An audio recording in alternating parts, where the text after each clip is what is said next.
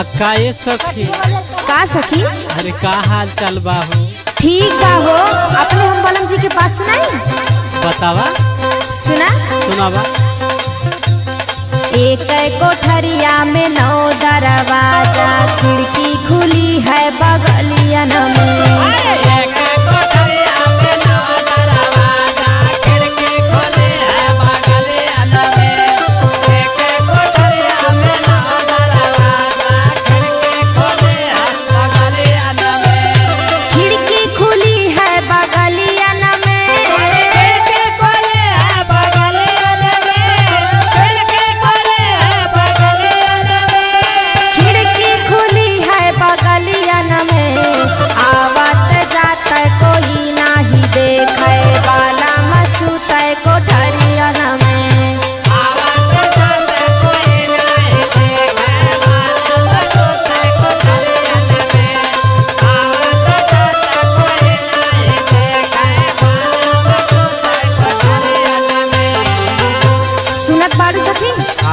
और सुना। सुनावा।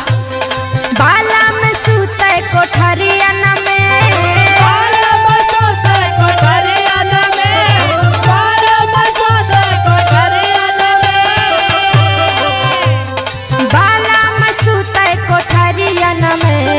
जो ना हो जेवत के हूँ ना ही देखे, सब देखे करत कोठरियन